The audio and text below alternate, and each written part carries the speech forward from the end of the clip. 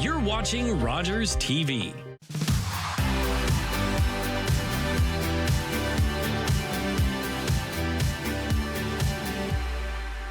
Welcome to What's Up London. I'm your host, Heather Cabral. May is Mental Health Awareness Month, and for this episode, we are highlighting some local service providers that are helping people get support for their mental well-being. Our first guests have recently integrated their organizations to make accessing mental health services easier for area residents. Welcome to the show, ladies. Thank you. Happy to be here. So you are from CMHA and Addiction Services, and you are in the process of an amalgamation. Would one of you like to tell us about that and maybe a bit about your organizations? I can start if you want, Lynn. Sure. So I'm Beth Mitchell. I'm the CEO of CMHA Elgin Middlesex, which was one of the organizations that's participating. Our colleague Linda Sibley is not here. She's the Executive Director for Addiction Services, Thames Valley. And then Lynn is the Executive Director for CMHA Oxford. So about 2 years ago, we began talking a little bit about what we saw as gaps in the system, what we saw as needs in the population across Thames Valley.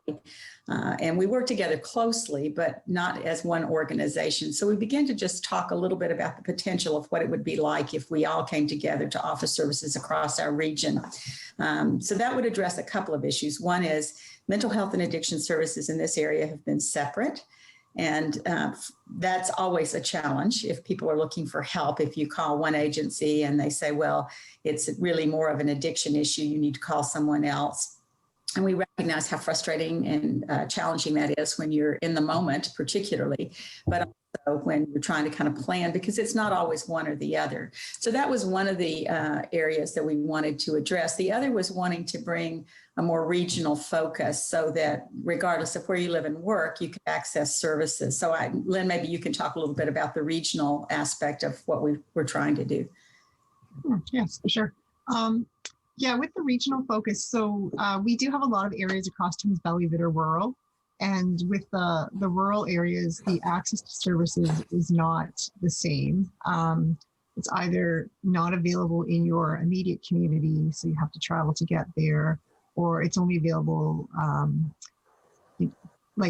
there's not the ability to have contact with human beings at say 11 o'clock, 12 o'clock at night, whereas in the city you could go to a Tim Hortons. Well, during COVID you can't necessarily, but before COVID you could go to a Tim Hortons. You could see other people and have that contact, and rurally you just can't. So when we start looking at the regional aspect, to be able to roll those services out so that they are more accessible to everybody across the region and not just necessarily people that live urbanly, is the idea with being able to really focus on the region. Services, specialized services that might be available in London aren't available in Norwich. With being integrated, that way we can access those services seamlessly, which is something in the past. There's been waiting lists and there's all sorts of red tape when you're trying to actually access specialized services that are not part of your actual agency. So unfortunately, just some of the hiccups in the system. So the regional aspect certainly is going to strengthen the services and supports for people across the region. So bringing the two organizations is going to make services more accessible to those who need them, easier to reach in all regions. What will be new or what will change as a result of these two organizations coming together? We hope a number of things. One of the things we think that people will notice, and that's one of our early goals, is to really create that very easy access, that there's one number to call and someone to help navigate the system. So a number to call, a web access to be able to go through and this is what I need, and I don't need to figure out where to go or how to get it, that there will be someone at the end of that call that can help me walk through the system, get what I need without waits, so that when you call, you'll get something right away and you'll get help to support you to get to what you need along the path. That's one big thing. And I think, as I said before, the mental health and addiction together, I think that will be a huge change for most people. That's going to be a wonderful outcome. And I would say regionally with that, we're going to have hubs and mini hubs. So people out in very small communities will still be able to access services in person 1 day a week. We'll have sites set up so that it's like they can go in 1 day a week and actually see somebody in person if they desire that kind of support, which previously it hasn't existed. So. The other thing I'll add, and this is something we have learned during the pandemic very well, is how effective some of our services can be virtually. So that really increases our reach, assuming people have access to internet and access to technology. We're able to provide many more services, programs, education virtually. So that's a big plus, and that's something we'll continue. Amazing. So it's, this is the time of change. The pandemic has changed our world, as you mentioned, offering some virtual services, coming together, collaborating. This is such an amazing time to be doing this. And so we're going to come back after the break and talk more about mental health and the importance of, and given that it's Mental Health Month. So stay tuned. For those of you watching, we'll be right back.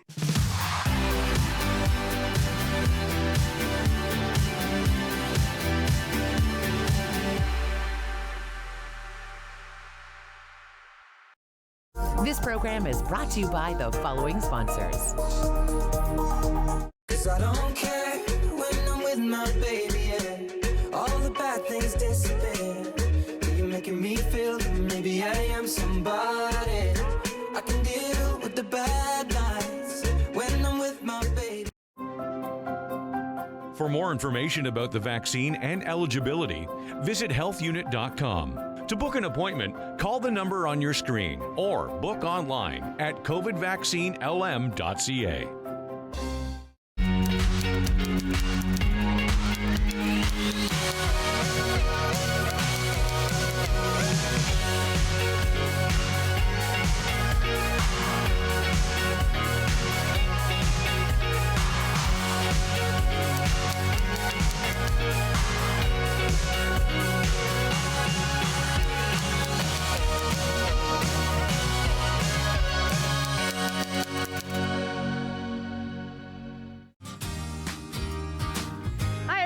My name's Ranger M. I love to knowledge share, and that's just what I'm going to do with you. So come on, let's go learn with Ranger M.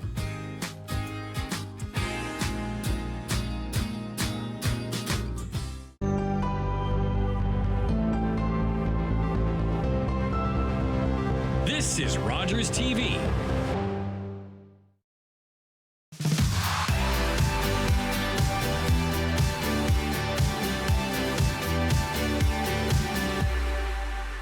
Welcome back. It's Mental Health Awareness Month, and during the pandemic, people's mental health has been put to the test. Can you tell us about the importance of mental health and what you've noticed in the last year since the pandemic started? Sure. Yeah, definitely the pandemic has had a significant impact on all of us when it comes to our mental health and wellness. We've seen a huge increase in people they're tired, they're exhausted, they're feeling a multitude of different emotions that they may not even completely understand what they all are. But feelings of depression, isolation, just wanting that sense of normalcy back that we had pre-COVID. Life is just not the same, and it's a real struggle for people to try and adapt and get used to what life is now. And that creates a lot of anxiety for a lot of people as well. Like I said, people are tired, but doesn't necessarily mean people are sleeping. They're not sleeping well, which also impacts our mental health and wellness on a daily basis. A lot of people, you hear about the freshman 15. I'm hearing now about like the COVID 15. People are gaining weight during COVID because, things that they may have used previously to cope in life aren't options anymore. The gyms are closed. If they enjoy live music isn't really an option. So it's trying to replace some of those coping mechanisms, and it's really hard to do when life is not our normal that we are used to. So there's lots of impacts in every area of our life when it comes to our mental health and well-being with respect to COVID. That's for sure. Yeah. So you've mentioned weight gain and depression and anxiety and not getting good sleeps, exhaustion. What are some of the other signs that one might notice? They just a loss of hope, or just that maybe not a loss of hope for everybody, but just kind of it's almost like Groundhog Day. Like you wake up every day and it's the same, and there's not a lot to look forward to in the future, and there's so many unknowns, and a lot of people, knowing, kind of having a plan and knowing as they're moving forward, or even being able to kind of feel like they have some control over their lives, and they don't have that right now in the same way as what we have in the past. So it impacts people in a lot of different ways. They may feel sad, angry, frustrated. They may get irritable really easily, or find themselves irritable really easily, lacking patience in their day-to-day activities, just not caring, and kind of giving up in a way for things that in the past have meant a lot to them, that they would want to be, putting effort into, or having pride in how they do certain things in life, those kind of things. So have you noticed an increase in demand for your services? Definitely our crisis services, there's been a significant increase. I would say with respect to that, there's a lot more phone calls, there's a lot more web chats and text chats, just so much uncertainty in the world for people right now. And that's definitely coming across in the demand for services. When should someone reach out? All the kind of basics to look after yourself, as Lynn's referred to, like as much self-care, trying to get some sleep, trying to get some exercise and eat right. Those are basics. And if you can reach out to a friend or someone that you can talk to, those are all good supports for mental health always, and sometimes not as available during the pandemic. But we do encourage people to contact us, to contact a family doctor, even if you're not sure. We have a support line where you can just call and talk about how you're feeling that day and get some support. And we also have a line, if you're feeling in crisis, you can call or web chat. That's reach out. And there's someone there who can talk it through with you, who could say, I'm, worried about you. You sound like this is a very difficult time, and maybe you do need to go to the emergency, or maybe you do need to come into crisis services. So those kinds of things are always there. People are not alone. There is someone to support them. And we do encourage people to call. As Lynn said, our calls went way up in the beginning, and that was a good thing. I mean, we're prepared to help people, and we want people to reach out rather than sort of suffer in silence. All right. Well, I really want to say thank you to both of you for being here on the show and for the work that you do. You've made this change because it was the right thing for those you serve, and for that we're really grateful. I know it's going to make a great impact. So I'd like to thank you for being on the show, and I wish you the best of luck in the next 12 to 18 months as you figure this out. Thanks, Heather. Appreciate it. Thanks.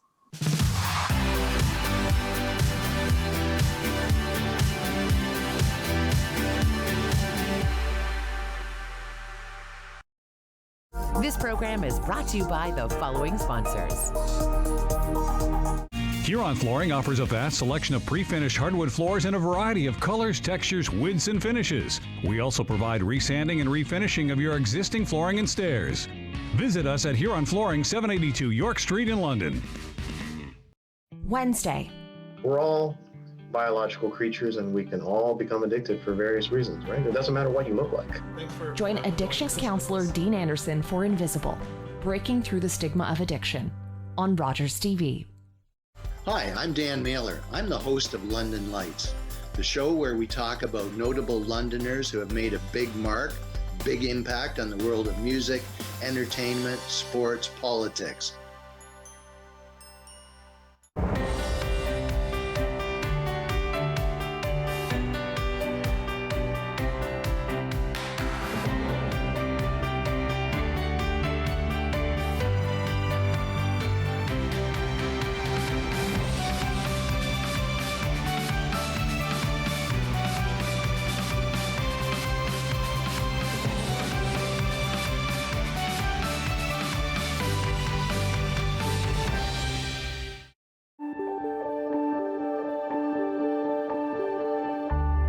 You're watching Rogers TV.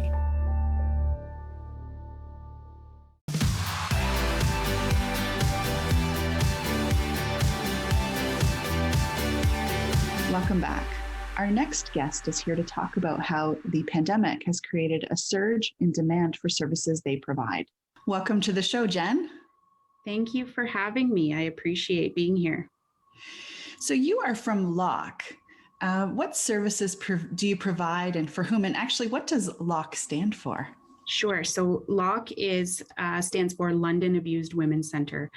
So we provide counseling, advocacy, and support for women and girls over the age of 12 that have been in the past or are currently being abused by an intimate partner. We also provide support for women and girls that have been trafficked, women and girls that have been exploited, harassed, sexually assaulted. And we do that by providing long-term ongoing counseling and support. And so we are in the midst of a pandemic. And for the last year, the demands for your services has skyrocketed. Can you speak to more about that? What have you noticed or what have you seen? Sure. So we notice, what we notice is when there is some strict COVID safety measures in place, some of the ways that women reach out for service go down. It makes it a lot harder for women to make a phone call.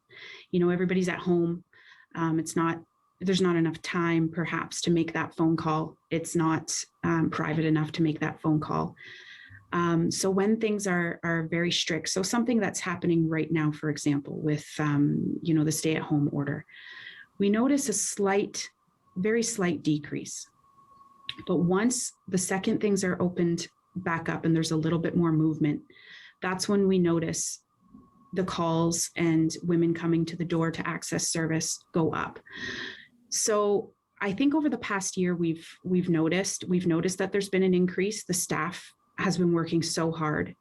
And when we saw these numbers come in for how many women and girls and that we provided support to, whether that was in person or over the phone, we realized that, this is going up and this is why it feels so busy because, it is busy. There is a lot of need.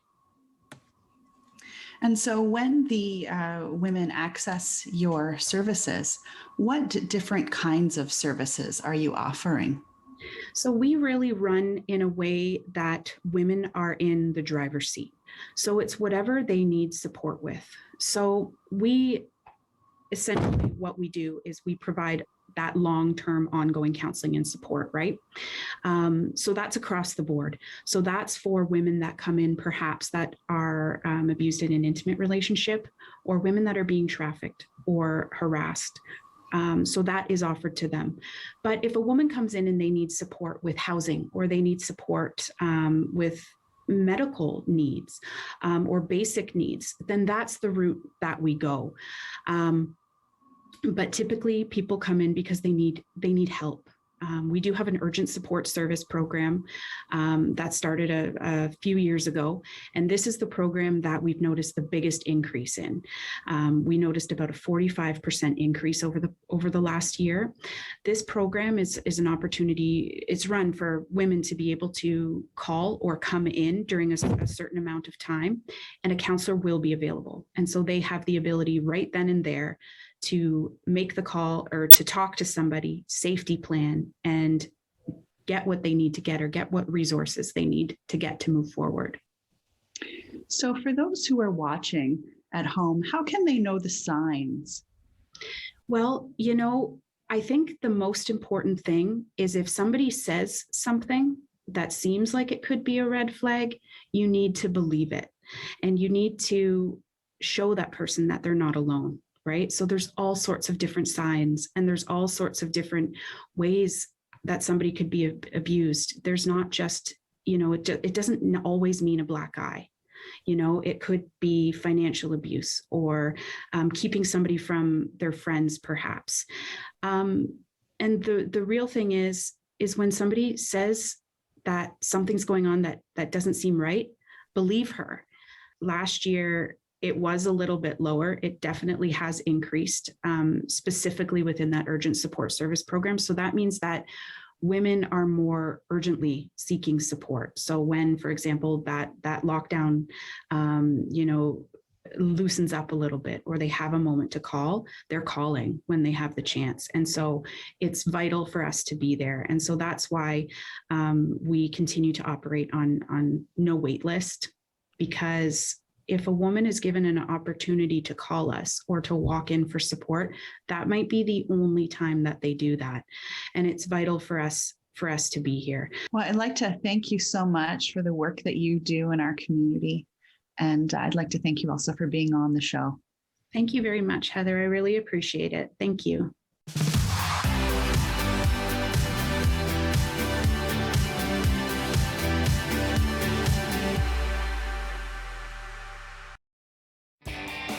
Virtual episodes, touring backyards, neighbor versus neighbor, husband versus wife, competitions. We did a little bit of everything this year on Chillin' and Grillin' with Jeff, Thursdays at 7:30. Hi everyone, my name is Dr. Mario Elia, and I'm the host of a new show here on Rogers TV that we're calling Keeping London Healthy with Dr. Mario. So tune in Wednesdays at 6:30 p.m. and we'll see you then.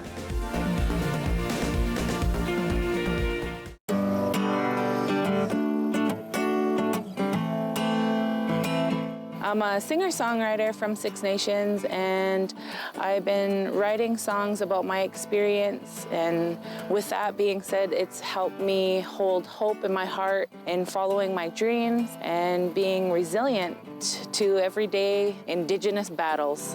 Competition between spirit, earth, and wind, let me tell you now. This song in particular, The Shiner, is a special song that I wrote for my grandfather. He was a snow snake maker, and that is a Haudenosaunee winter sport. It's my job to educate and to share, and the music allows me to do that. He'll be shining snow snakes and mudcats to the end of his days.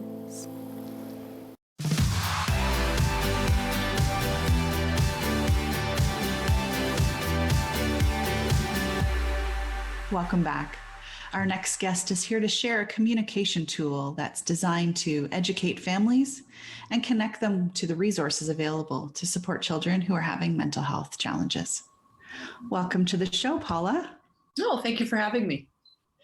So you are here from an organization called Am I Understanding?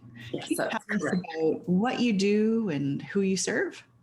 Well, Am I Understanding really is a communication tool. We're not a mental health organization, but we saw a need about 6 years ago to focus on bridging the gap to care, especially when it came to children 12 and under. Early intervention is the key in developing those relationships and seeing the early signs of some struggles. So we thought there was a real opportunity to work with our community partners to develop some resources that help families and schools and community groups start a conversation. Using some of our wonderful friends that you see behind us. Like I said, we do make sure that everything is vetted properly through medical and educational partners, but the idea is to have a gentle approach to starting a conversation around struggles. So as you mentioned, this organization was created about 5-6 years ago. So what were you noticing at that time? Well, it was a combination of things. I grew up with a sister who struggled with mental health, so I certainly wasn't adverse to it. And we'd grown up in a family where you talked about it, right? And of course, having kids of my own, I realized that was not the case for most families. And when, talking to Dr. Steele at Western University, she did a research project around the fact that 70% of mental health can be solved with early intervention and diagnosis and treatment. And I thought, here, we have an opportunity to really get families to recognize those early struggles, build those relationships. If your little one's got some struggles, and nowadays we all have struggles, but you can't start those conversations and relationships when they're 13. right? So the little challenges they have around bedtime, separation anxiety, picky eating, those are opportunities when they're 5, 6, and 7 to develop that trust and build those relationships and also build resiliency, right? There's wonderful opportunities when kids overcome some challenges, and small challenges are much easier to overcome than big challenges. Right. So you mentioned that Western University is one of your partners. Who are some of the other partners that you connect through MI Understanding? Well, again, it's very important that, as I said, we're not a mental health organization. We're just the communication tool. So all of our information has been vetted through. We developed our first 5 videos with the Child and Adolescent Mental Health Department at LHSC. We work closely with both school boards, Thames Valley District School Board and the London Catholic District School Board. Vanier Children's Services is another one we've worked with and developed some great resources with. And as you mentioned, Western University, the Child, Youth and Development Clinic is just actually helped us produce 5 videos specifically dealing with some of the challenges that families are focused on right now. We also work really closely with the Kids Mental Health Optimist Club of Canada. And thanks to that partnership, our resources are available at no cost to families, which was really important to us. So how do you connect with the children? Well, it's really connecting with families. As I say to people, especially when you're dealing with 12 and under, our topic is kids, our target is their parents, right? So parents still hold a lot of the power as far as, creating those opportunities for resiliency. And so these are resources where we kind of connect with the families. We do it through schools. Before the pandemic, we were out in the community. I think we were at 100 community exhibits over that period of time. And we also have a program where we support families one-on-one called the PIPE program, which is parents in partnership with educators. And that's where we sit down with families who are having a bit more of a challenge and help them really strengthen their school or medical community relationship. So it's really all about empowering the parents and giving them the tools they need to support their child and to reach out for support if they need to. And who are the two behind you? So our videos, so my background is in television, actually. And when I was in Halifax, I met a wonderful fellow named Terry Angus, who used to work for the Muppets and is one of the top builders, puppet builders in Canada. And so he's the creator of these characters here. So if they have a Muppet-esque look to it, that's what his background is. And he really pulled on board for this project the top 5 puppeteers in Canada. So these are guys who have worked with Sesame Street. They're currently shooting for the new Fraggle Rock, Tupi and Binu, Zaboom-a-Foom, just absolutely the nicest people you've ever want to meet. And a big portion of our project is when we bring them into town, we create opportunities for students from Fanshawe College to be part of the production. So again, it really is a project we've developed that is constantly giving back and helping create that community of support. Well, I would love to talk more about this, but we are out of time. I'd like to thank you so much for creating this project.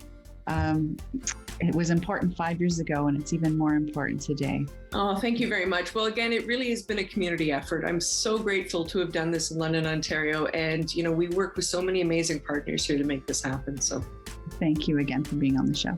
Oh, my pleasure. Well, that's all we have time for today. I'd like to thank my guests and to you at home for watching. Until next time, take good care of yourself and be sure to tune in again for more inspiring people, initiatives, and events here on What's Up London.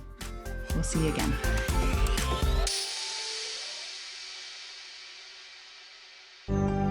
Call the Rogers TV viewer response line, email us, or connect with us on social media.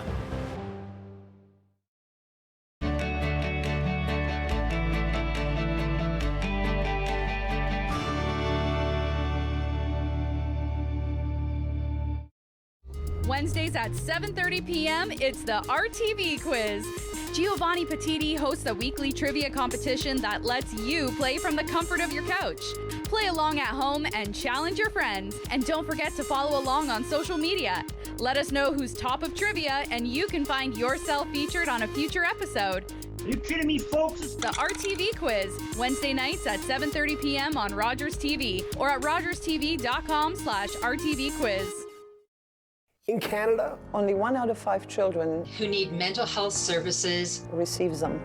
By age 40, about 50% of the population will have or have